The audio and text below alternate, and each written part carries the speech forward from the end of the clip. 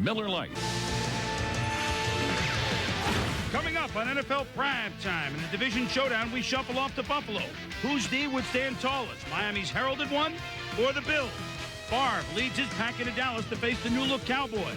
It's Miller time for the Bears. But will Moss grow in Chicago? Peyton's Colts look for another giant victory in New York, while Philly looks to fly high and upset the Skins. Kurt's Rams claw with Carolina. Can the Lions roar in Cardinal country, or would Arizona have their own plan? We'll fake you out on NFL Primetime next.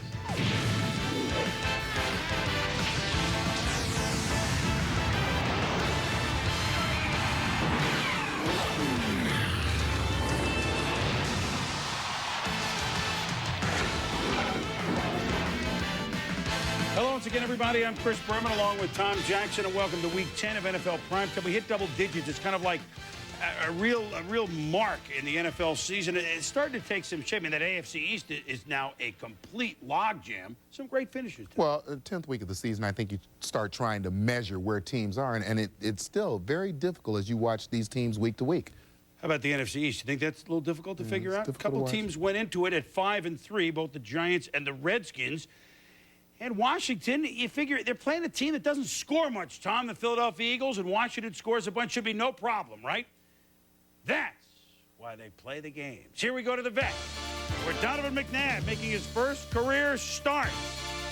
Redskins up 7-3 early, and you figure Philly gets down early, they're just out of it.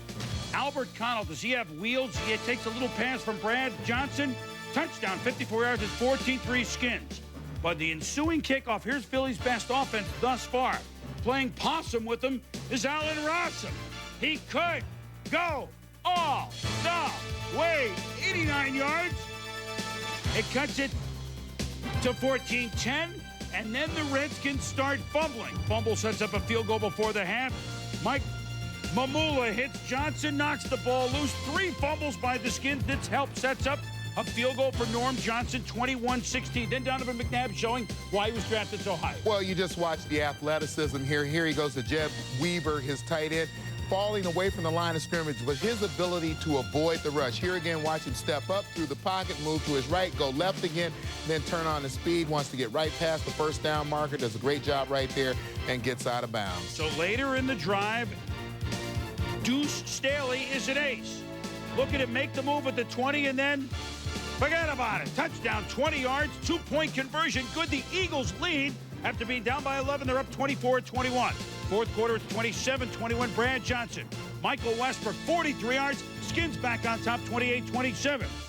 Then Johnson to Connell. But look at Al Harris. Strip goes as a pick. One of 3 interceptions to go with the 3 fumbles forced by the Philly defense. And so Philly capitalizes after a couple runs by Staley.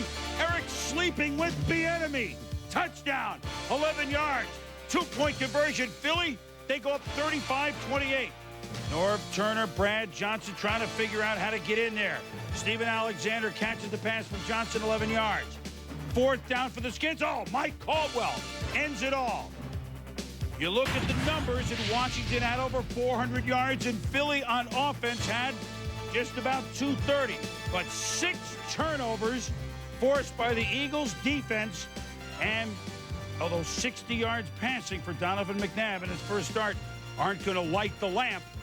Tommy, Washington 5-4. I know they're still in first place the way it's now, but what? They just didn't look very polished. Well, certainly their defense has been a question mark throughout the season and given up 400 yards of rushing offense the last 2 weeks. But you combine that with the fact that the Washington offense had 6 turnovers today. But I think what's most troubling for Norv Turner and his staff, and we saw some of that in the highlight package, the times that you see them stop defensively on plays where guys look like they're depending on someone else to make the play. That's lack of effort, and that's unacceptable. And so the Skins, who came back big time after their earlier 2 losses this year, don't come back well at all. 2 straight losses for Washington. They're at 5-4. When we return, Cleveland goes into Pittsburgh, so you know what's going to happen there. I mean, they never win. And Tim Couch hands off to one of the top 50 athletes of the century, Kareem Abdul-Jabbar. He runs for a first down. Now 2nd and 7 at the 35. Look at Couch to his fellow rookie, Kevin Johnson. Hey, guess what? Remember that opening Sunday night game? Cleveland in the whole game had 40 yards and 2 first downs. In the first drive, they had 3 first downs and 80 yards and a touchdown. Improvement. Third quarter, 7-6 Browns. Oh, watch out. Jason Gilden with a crush. Orpheus Roy recovers. Couch has his cushion scattered. Pittsburgh in business. Third and goal at the 5 after 2 good plays by Cleveland's defense. Richard Huntley Brinkley's his way into the end zone. 4 touchdowns against Cleveland in the 2 games for him.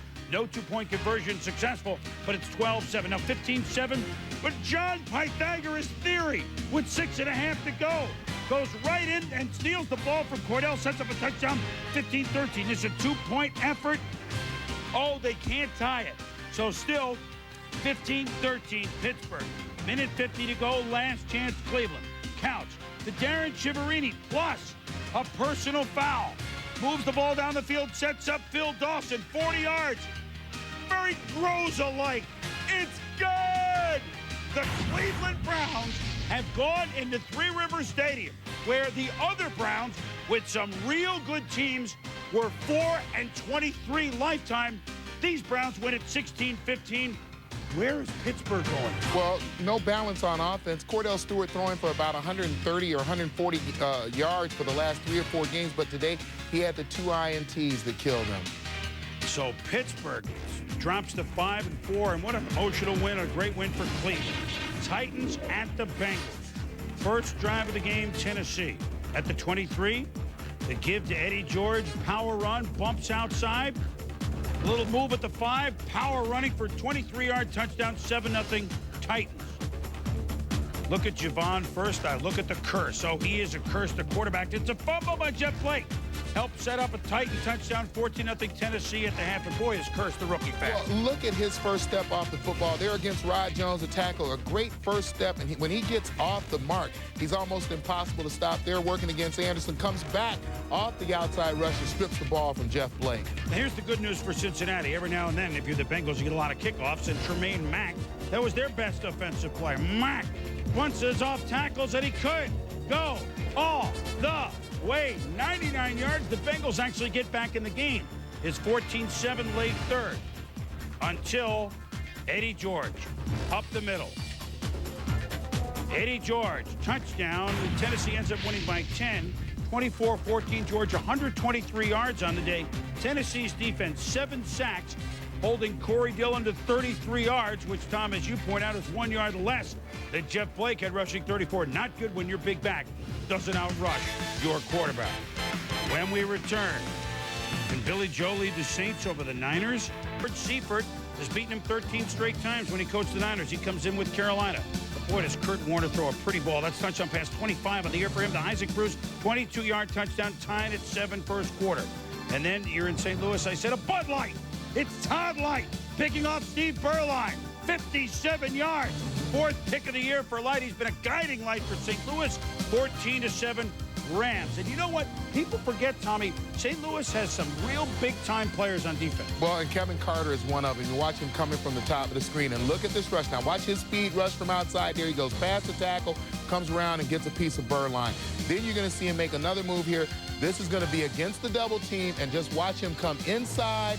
And this is great push by a defensive end. Pushes right back, the pressure right back on Berline, comes through and gets another sack. 4 sacks, 8 hits, 9 pressures. That's just the first half. 2.5 sacks for Carter on the day. With the score 21-10 in the third. Berline to Wesley Walls. But it's a fumble. And Mike Jones. No game, Jones. 37 yards. He coasts his way in for a touchdown at 28-10. Panthers came in off a big win, thought they could beat the Rams. But I tell you what, St. Louis has impressed us even in defeat the last couple of weeks, and they blast Carolina 35-10. And again, offense, defense working off each other, Tom. Well, the Kevin Carters, Grant Winstrom, Todd Light, guys who can make big plays, and they can do that and play opportunistic defense when they get that early lead. And Warner, 2 touchdown passes, now has 26. He threw for 286 yards. The New Orleans Saints have not won since the first game of the year. The San Francisco 49ers, well, they've won 7 straight against New Orleans, but here's problem 1, 2, 3, and 4. Steve Young, ball cap, backwards, sideline. First quarter, Billy Joe Tolliver to Keith Poole. I want you to watch this. Boom! Zach Bronson doesn't separate him from the ball. He separates him from a helmet. So Poole takes a lick and it keeps on ticking. Sets up a Tolliver touchdown, 7-0 Saints. For Steve Mariucci, it's been a horrible season. And Tommy, the offensive line. Well, that's number 92, Troy Wilson, the end, working on Derek Deese, coming around, hitting Stenstrom. But then you're going to see the same guy. Watch number 92 coming from the bottom of the screen. This time makes a nice inside cut right there and gets the ball carrier before he can get started. Just 234 yards for the Niners on the day. The offensive line haven't been able to protect anyone, and certainly Stenstrom wasn't protected on this day. Tolliver to Ricky Williams, 14 yards. Lee Woodall looks like Evander, so it's been a tough 24 hours for Evander and Lee Woodall. He takes him down to the 2, and then play fake. Look at Billy Joel with 2 touchdowns in this game. 14-3, Knowles. With a score 14-6 third quarter, Tolliver buying some time. Oh, my God. I mean, look at this. Andre Battle of Hastings, 42 yards. And then same drive, second and goal from the 11. Bing! The fire to Hastings, the touchdown. Tolliver, very businesslike. 12 of 15 for 242. Ran for 2. You saw the touchdown pass. Are we kidding? New Orleans, 24. San Francisco, 6. The San Francisco 49ers won 10 or more games every year since 1983. I think folks should understand this, Tom, that when a champion falls to the ground after such a long run like they're doing, it's not a pretty sight. We will never see this again in football, the way the rules are set up. This much excellence over almost 2 decades. But I think that Steve Young, as we talked about, hid a lot of the problems for about a year and a half. And once he didn't play anymore, everything else surfaced. Well, that's my thought process, is that when you watch this team play the way they play now, offensive line in a shambles, no tight end, running back, a susceptible defense, and I think they would probably be winning if Steve Young were playing. So that's how good a ball player, a Hall of Famer, future Hall of Famer. The problem is, it's not going to be pretty for the rest of the season. I don't know if it's going to be 4-12 or 7-9, but understand that we won't be seeing this again. It's just that it doesn't look like we're going to be seeing the Niners in the playoffs. When we return, Tampa trying to air it out a little. That's right, I said Tampa trying to air it out a little against Kansas City. It only does catch a touchdown. Chris Carter in action against Seattle Seahawks. Not a playoff team since 1988. Trying to usher in a change of the guard in the AFC West with 2-time defending Super Bowl champion Denver in town. For highlights, Rich Eisen. Rich? All season long, Joey Galloway has spent his Sundays playing flag football. On Sunday night, he returned to a league in which the flags are thrown, not ripped off a Velcro-laden belt.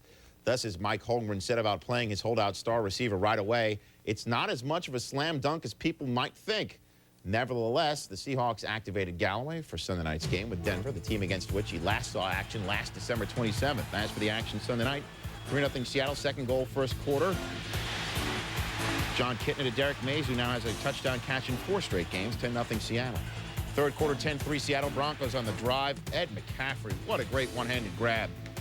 Same drive, 3rd and 13 for the Broncos. Chris Miller finds McCaffrey, uses 2 hands there and then breaks a tackle, and 23-yard touchdown. Miller completed all 9 of his passes in the third quarter for 93 yards and 2 touchdowns. 17-13 Denver, 2nd and 10 from the 20-yard line for Seattle. Kitna to Sean Dawkins. Seattle up 20-17. 21 seconds left. Hail Mary time for the Broncos. And the pass brings down rain and a reception for McCaffrey at the 40-yard line. But the Broncos are out of timeouts, and they watch time just tick away. And that will wrap it up. Chris Miller, bumming. He could spike his chin strap. Unfortunately, didn't have time to spike the ball as the Seahawks go on a win 20-17 and improve to 7-2. The Seahawks have their first 4-game winning streak within a single season since 1986. Joey Galloway returned for 4 catches for 88 yards. Denver had won the previous 6 between the 2 teams. Next Sunday night, the Saints go marching into Jacksonville to take on the Jaguars, or Ricky Williams goes against the league's top defense in his first nationally televised professional football game. It all starts after NFL Primetime at 8:15 p.m. Eastern, only on ESPN. Back to you, Boomer. Kansas City Chiefs and Tampa Bay Buccaneers at New Sombrero. Gunther Cunningham's team plus 14 turnover ratio, the best in football. Trent Dilfer to Dave Moore, and Tom, what? Jerome Woods is caught in the woods. What attempted tackle? Touchdown. Trent Dilfer's thrown a touchdown pass, 7-3, but Mike, bad hands with Allstott. Well, didn't do a good job of holding on to the ball today. There you see Reggie Tongue with the strip and Jerome Woods with the recovery, and then here they come again, gang tackling on Mike Allstott. And you see Woods again making the final hit and popping the ball out. For the third quarter, 10-3 Bucks still for play action. Throws to Jaquez Green. Tony Dungy said we're going to get Jaquez, which we did last week a little more on the offense. He's going to stretch the field. 17-3, but Allstott stripped by Chester McLaughlin. Look what happens. They throw a flag because it's a forward lateral. The Chiefs ball. One last drive for Kansas City. Can Tampa's defense, so good all year, make the big play? Elvis Gerback to Tony Gonzalez. The Bucks are all shook up. Next, from the 34, it's Gerback.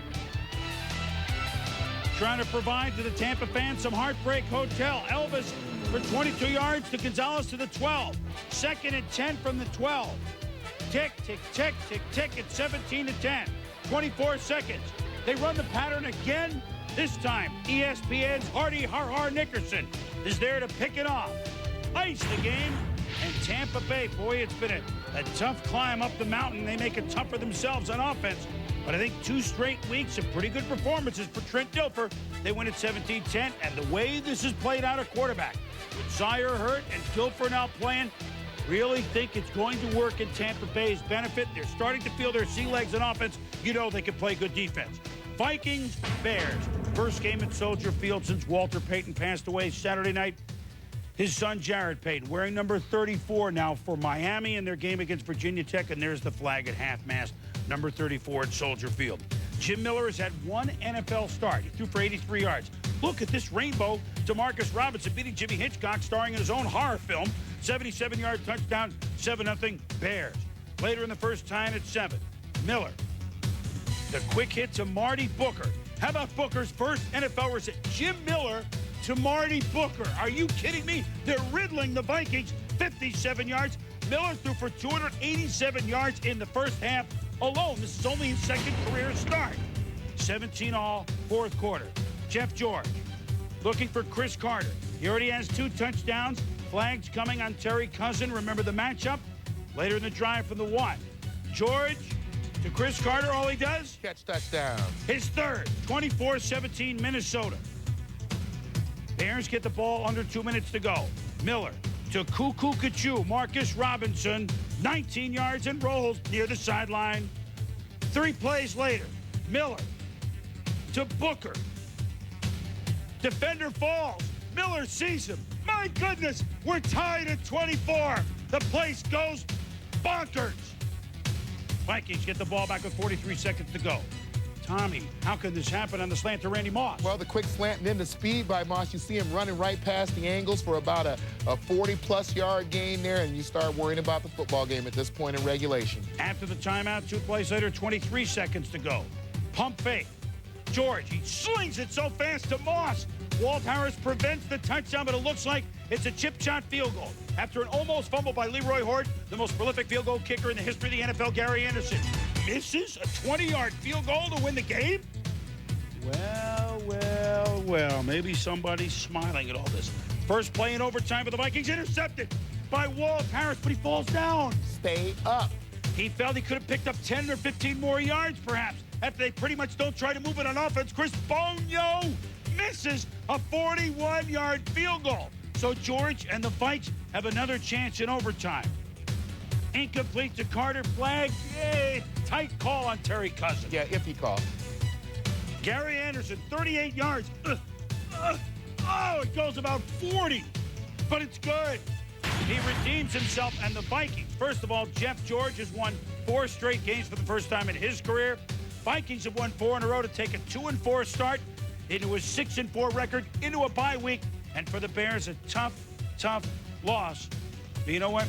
George throws a beautiful ball, but he's got some pretty good guys to work with. Well, Moss and Carter, 345 yards on 21 receptions. The most times going to win a football game, boom. Hey, hats off to Jim Miller and the Bears. Miller, 34-48 for 422 in his second career start.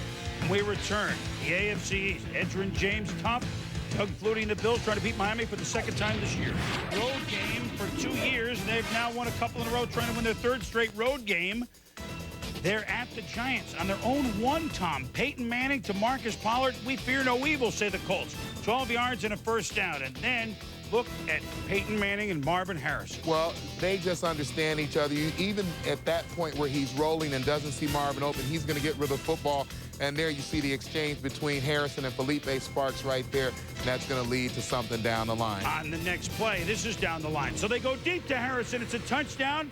And, hello, trying to, like a punter, draw a roughing penalty. It's 7-0 the Colts. Now it's 7-6 third quarter. Manning dumps it to Edgerrin James. I want you to watch this 33-yard run. Look, and he bangs Jeremy Lincoln, who loses that debate. It's a 33-yard gain. Next play, we got the running back, and then Peyton Manning to starving Marvin Harrison. 57 yards, 14-6, Indianapolis. Still in the third with the score 17-6. This is, not only is this punt by Brad Maynard short, it's low. And the little guy, Terrence Wilkins, fields it at the 39. Whoop! Maynard's not going to get him. Neither than any other of the Giants. 39-yard punt return for a touchdown. We will not say that often, 39 yards for a touchdown return of a punt. 24-6 Colts. James with a big hole, and look at this. We love him. He was with us last week, but Jason, the CNN's Jason Sehorn again, but then again, nobody can bring down Edgerrin James. 72-yard run sets up a field goal, 27-12. But the Giants have come back until they fumble once, but they're within 8, 27-19, a minute and a half to go. Kent Graham to Pete Mitchell. It's a fumble. And wouldn't you know it, a former Giant, Tito Wooten, falls on the ball. Chad Bransky, another former Giant, playing very well for the Colts.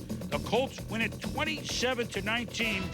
Their 7-2 start, the best since the 1977 Baltimore Colts started 9-1. Well, Big Three did an outstanding job again this week. This is a ball club playing outstanding football. And I think that even Coach Fossil has to be encouraged by the fact that he was able to throw the football downfield and did a good job today of getting it to Tiki Barber and seeing some good things on offense. Elsewhere in the AFC East, the Buffalo Bills came into the game at 6-3, which is good, except that in the tough AFC East, that's only good enough for fourth place. It was the third best record if they were in the NFC going in.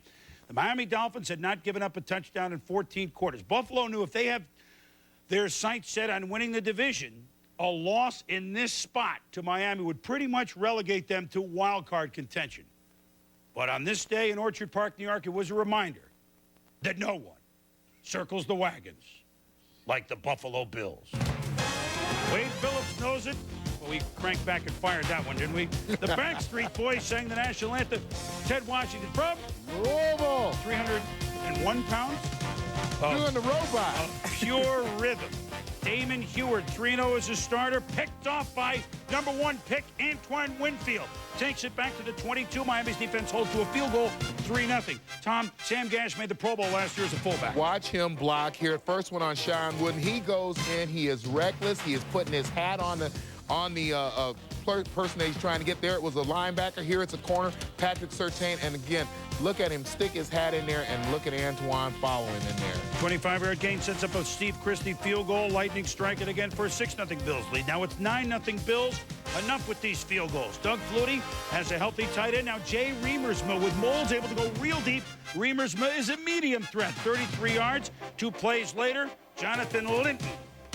16-0 Buffalo. Later in the second quarter, Cecil Collins fractures left fibula. Unfortunate for the rookie. He's gone. Oh, he got to be gone for the year. Bruce Smith, and only 2 sacks coming in. He had 2 on the day. Never sacked Damon Heward before, obviously. Add another one to the list. Dolphins punt. 3rd and 1. Next possession, Buffalo. Play action. Eric Moulds open. Oh, what a great play call for 52 yards. 23-3. The Bills lead it. Look at Wade. Now, he said he'd wear some navy blue. Oh, Wade, is that the sweater? It's forgiven. Sweater and navy blue. Yeah, and look at Sam Madison, the corner. This is 3rd down and 1. He gets stuck looking inside, and now he realizes the pass a little bit too late. Now, this sums up the defense. You know they want a safety here, Tom. Miami trying to make something up. Oh, J.J. Johnson barely gets out of the end zone. 2nd down. Look at Bruce. Up. He can't get it. Conrad stuffed by number 20, Henry Jones. 3rd and 8 from the 3. Ooh, we smell a safety. They smell a safety. Oh, he just gets rid of it. Dan Marino. Well, it was that sort of game for Miami is not done well against the Buffalo Bills as the Bills beat him 23-3. Although Jimmy is 5-4 against them since he came to be the Dolphins coach, but since '87 when the Bills have gotten good, the Bills are now 21-9, and the only 2 losses this year for Miami are at the hands of the Buffalo Bills Afterwards, Jimmy Johnson, not thrilled. Had a lot of things going on, talking about how good we were and quarterback controversies and everything in the world, except talking about our opponent, an opponent that had beat us pretty good before. It felt to me like a day off. I was just kind of dispersing the ball a little bit and just getting in and out of the huddle. They beat the hell out of us. Well, as you look at more numbers, the numbers show it all. Basically, what you need to know is that Miami got 101 yards on the day, and Buffalo had 334. Miami had 6 first downs of the day, and I was in Buffalo this week, Tom, and they just felt very confident. It was their first home game in a month, and they felt that their defense stacked up with Miami's. Well, and I think the other number that we need to know is that 48 carries for 177 yards rushing. A lot of people didn't think that the Buffalo Bills would be able to run the football, so I give Wade Phillips credit for not only running, but running that ball with commitment, and a lot of that due to the fact of what we saw in that highlight package. Sam Gash, what a great job from the fullback position. And now pending the Monday night game in which New England is at home against the New York Jets. Miami 7-2, Indianapolis 7-2, New England is 6-2, and Buffalo is 7-3. 4 teams within a half a game in the AFC East. That division is stout. As we go inside the numbers, we mentioned that the Bills are 21-9 since 1987 against Miami. No teams have played more in any decade. They played 24 times this decade. The 21 wins, they run for 177 yards a game. Isn't it interesting that today they ran for exactly 177 yards a game? Inside the Numbers is brought to you by Visa, the official card of the NFL. Log on to ESPN.com for more Inside the Numbers. When we return to late games, Jacksonville's got a good defense, but so does Baltimore. How would that turn out? San Diego's got a good defense, no offense. Problem is Oakland has some what could happen? Jacksonville, what a surprise, no score. Fred Taylor would run for what, 252 the last 2 weeks? Pulls up lame and drops to the ground, left hamstring re-injured, no contact on the play, done for the day. And when he's out, tell you what, Jacksonville's a different offensive team. Dave Thomas comes up the middle and blocks the punt, one of the McKenzie brothers. Jags takes over. Mike Hollis kicks a field goal, 3-0. Brian Billick's Ravens 4th and 1 at the Jags 27. Stoney Case to Aaron Price, who gets the first down, but it's a fumble. Fernando Bryant. They call him Fernando. Brian Billick cannot believe it. He was avid on the play. Ravens trail 6-3 in the 4th. Tony Banks at quarterback. To the missile, Qadri Ismail gets up. Appears to have it knocked away by Bryant, but they move these down by contact. Tom Coughlin read his lips. I don't like the call, sir. Just over a minute later, 6-3 game. Banks flushed out of the pocket. Gary Walker wraps him up short of the first down. I mean, it wasn't the most thrilling game we ever saw, but Jacksonville now with the best record in football at 8-1. They win it 6-3, despite the fact that Baltimore, with a good defense, sacked Brunell 6 times. Jacksonville defense allowed 79 points, Tom, all year. And the Jags, it's the 4th time this year they haven't allowed an offensive touchdown. It only happened 3 times in their first 4 seasons. Those 79 points were the lowest in 9 games since the advent of a 16-game schedule. Rich Gannon for the Raiders, still playing with that fractured left wrist at home against the Chargers. Gannon, almost sacked by Michael Dumas. Dumps to Tyrone Wheatley. Former Giant, now good, now very good. Over Greg Jackson into the end zone, 26 yards, 7-0. The Raiders. Yeah, and here Michael Dumas again trying to make the play. He doesn't. Tyrone Wheatley, he's been rejuvenated there in Oakland, and look at him run through tackles and get into the end zone. Still in the first quarter, Charles Woodson. Hey, he's playing offense. He wants to. And on 2nd and 6, Gannon to Woodson. He turns it upfield, picks up a first down. Then he's knocked out of bounds 2 plays later. Gannon fakes the pass. Now we know he can run, so he's got the broken wrist and he's running anyway. He's going to bumbling, stumbling for 28 yards. A late hit and a flag on Dumas. That sets up a Ricky Dudley touchdown, 14-0 at the half. 21-3 Raiders 4th quarter. Jim Harbaugh. Freddie Jones. Oh, Eric Turner just nails him. They call it a personal foul. 4 plays later on 4th down, Harbaugh overthrows Freddie Jones. Now, this is such a promising start for the Chargers in September. Look at this now. Dumas, the defense going at the offense, and Jim Harbaugh. You just don't want to see it. You understand it a little bit. Frustration, as now the Chargers are 4-5, as the Raiders win handily by the count of 28-9, as San Diego, which is 12 first downs, the Raiders 25 and over 400 yards in the game. When we return, Detroit, 6-2, the best record in the NFC, coming in with a riddle Arizona. And Green Bay just doesn't win at Dallas. Could they win? Neither Charlie Batch or Jake Plummer are going to play or they're going to watch. Gus Frerotte with a start. Now, he's played well in relief twice. The Johnny's Mott diving catch, 44 yards, helped set up a touchdown. Well, this straight go route by John Morton on Tom Knight. He just runs right by him there and makes an outstanding catch laying out for the football, Boone. Dave Brown, with his full name on the back of the jersey, starts for Arizona. The Cardinals trail 3-2, but look at Michael Pittman with the screen, 45 yards.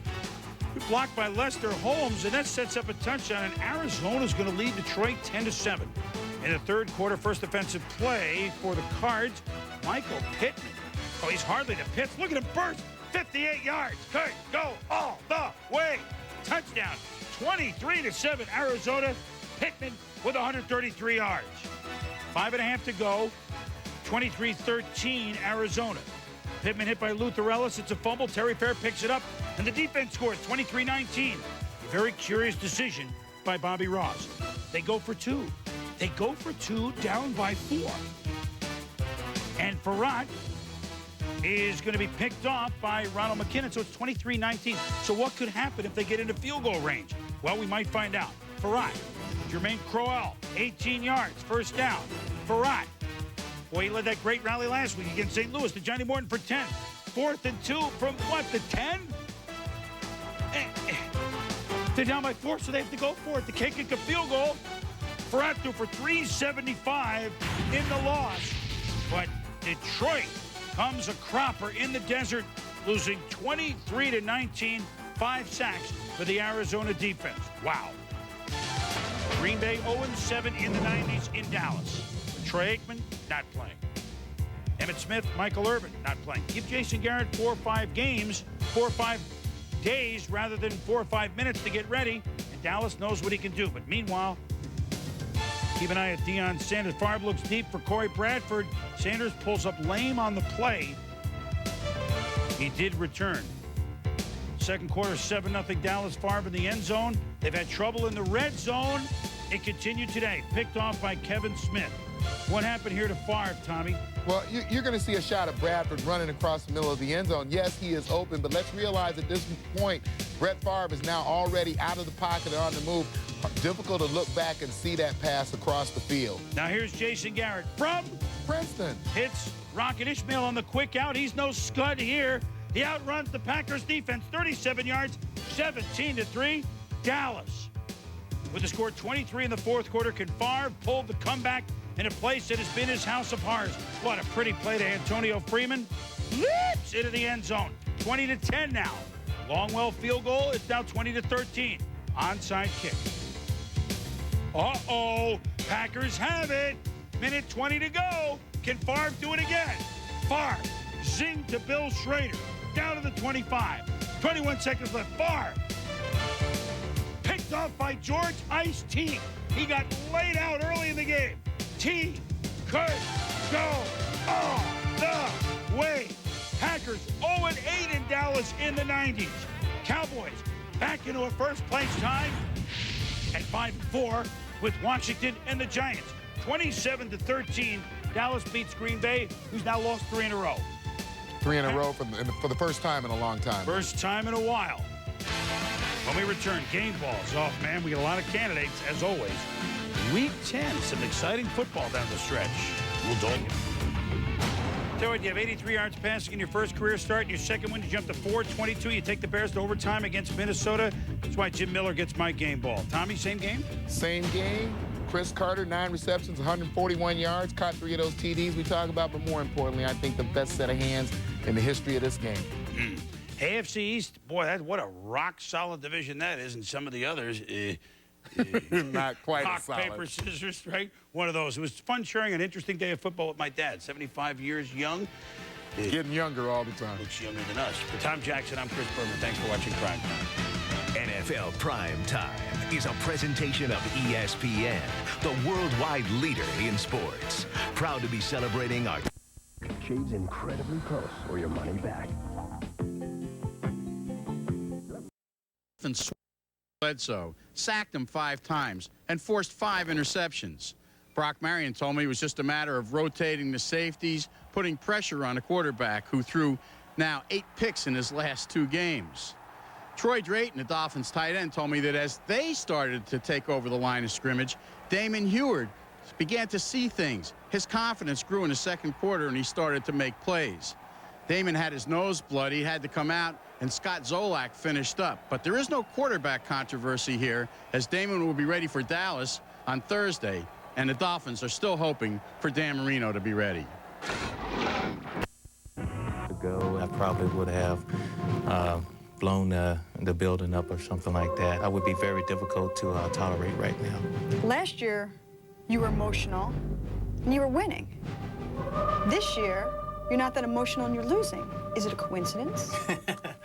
Well, I don't know what it is, but my goal this year was to come in, be a little more patient, wait for the opportunity, and not try to be a distraction to my team. Were you a distraction last year? I think it might have gotten out of hand a little bit last year, and you know, I'm the first. If I feel like, you know, if I did something wrong, I'll basically apologize to that person and just try to smooth everything over. And I didn't want that to happen this year. But if you say you were part of a distraction last year and you're admitting that, you were winning. You know, you can look at it from any perspective, but I'm basically, overall, I'm a better person now. You know, because I'm able to deal with situations a lot better. When you sat on that bench after the New Orleans game, could you almost not move? Why were you there? What were you thinking? Well, yeah, I think I just wanted to reflect a little bit over my career. Being in that dome so many times and being able to, as they say, just light it up. And it didn't happen. The thought never crossed my mind about retiring. I'm not ready for that yet. But if my body can't sustain, if I can't do what I've been doing over the years, yeah, I have to give it up. I mean, that was always what Michael Jordan would say. I don't want to wait. I don't want to go out when my skills are diminished. Can you relate to that? You know, I can relate to that, but I don't want to go out as a loser. So that's that motivating factor right there, that inner fire to at least turn this around and try to get it on track again. Do you want to continue to play if this team is in a rebuilding mode? Would I? That's a hard question there. Because if the team is in a rebuilding mode, maybe I don't factor into, you know, what they want to do. If you were the general manager, what would you do with Jerry Rice? I think with what I have done over the years for the 49ers, I would keep Jerry around. You have 3 high-paid receivers, so, you know, you have to be realistic there. And I think I'm the old guy, and those 2 guys are young. So, plus they're very competitive, and they want opportunities. Do you think that you at age 37 can be the same player that you were when you were 27, 30 even? I think I can, if I was healthy, without a doubt. But that's going to play the most important part now. If I can't get healthy, then I know I can't regain that. Your wife threw you a surprise party this year for being 37. And she had made a whole highlight tape. When you watched that tape, who was that guy? I was watching that highlight tape, and I was looking at this guy run up and down the field. You know, he had so much spring in his legs, and he was just so explosive. And I was a little envy. And, you know, I just kept looking at it, and I would give anything to just have that all over again. You know, being able to just basically do whatever I want to on the football field. So, yeah, I got envy. Sunday Conversation was presented by Sprint, the point of contact. The UConn